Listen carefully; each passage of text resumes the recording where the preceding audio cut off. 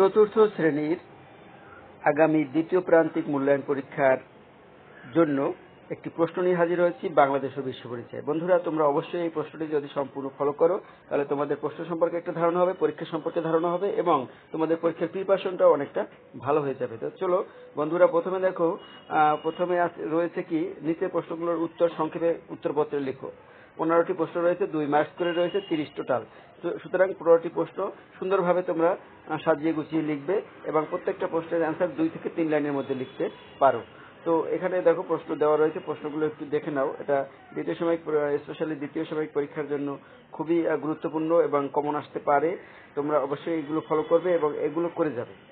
তারপরে আমরা চলে যাব 2 নম্বর পজিশনে। 2 নম্বর পজিশনে কি আছে দেখো। 2 নম্বর পজিশনে রয়েছে শূন্যস্থান পূরণ।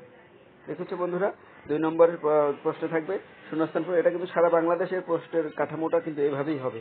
আশা করছি 2-1টা থানা বাদ যেতে পারে বা 2-1টা থানা অন্যরকম হতে পারে। আশা করছি এভাবেই হবে। 2-1টা থানায় টিক চিহ্ন থাকতে পারে, টিক চিহ্ন থাকতে পারে। তো সেক্ষেত্রে তোমরা টিকগুলো আরো ইজি আছে। টেস্ট বইটা যদি 4 থেকে 5 বার পড়ো, টিক যতই আসুক সেগুলো কিন্তু আরো ভেরি ইজি হবে। তো শূন্যস্থান পূরণে এখানে 12টি লিখবে, এখানে বেশি আছে, তোমরা 12টি শূন্যস্থান এখান থেকে লিখে নিবে। তারপর দেখো 3 নম্বরে থাকবে কি, ডান বামের একটা মিলকরণ থাকবে। এটা অন্যান্য সাবজেক্টেও থাকে, ধর্মে থাকে, বিজ্ঞানে থাকে। তো এখানে দেখো 1 2 3 4 5টি বাক্য রয়েছে, বাম দিকে 7টি বাক্যাংশ রয়েছে। এখান থেকে প্রথমটা লিখে যে মতটি ভালো সেটি ড্যাশ, এখানে হাইফেন দিয়ে তারপর এখান থেকে সঠিক উত্তর যেটা হবে সেটা আমরা দেবো। এখানে দেখো, মনে করো যে মতটি ভালো সেটি, এখানে দেখো 5 নম্বরে আছে গ্রহণ করব, সামনে হাইফেন দিয়ে গ্রহণ করবে লিখে দেবো। এরকম 5টা লিখলে 10 মার্কস পেয়ে যাবা। তারপর রয়েছে 4 নম্বরে দেখো, 4 নম্বরে রয়েছে যে কোনো 8টি প্রশ্নের উত্তর দাও, 6টা 48 মার্কের।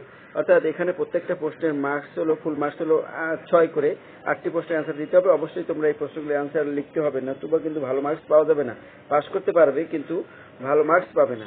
সুতরাং সে কারণে কিন্তু এখানের প্রশ্নগুলো অ্যান্সার অবশ্যই করতে হবে। যেখান থেকে যেটুকু পারো সেটুকু অ্যান্সার করতে হবে।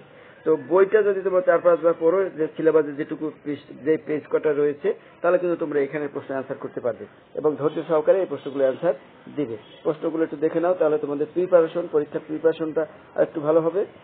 প্রশ্নগুলো বই থেকে একটু আঁকিয়ে নেবে বা দাগিয়ে নেবে, তাহলে কিন্তু তোমাদের এই পরীক্ষাটা আশা করছি ভালো হবে।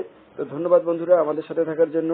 তোমাদের ভালো লাগলে অবশ্যই চ্যানেলটি সাবস্ক্রাইব করবে।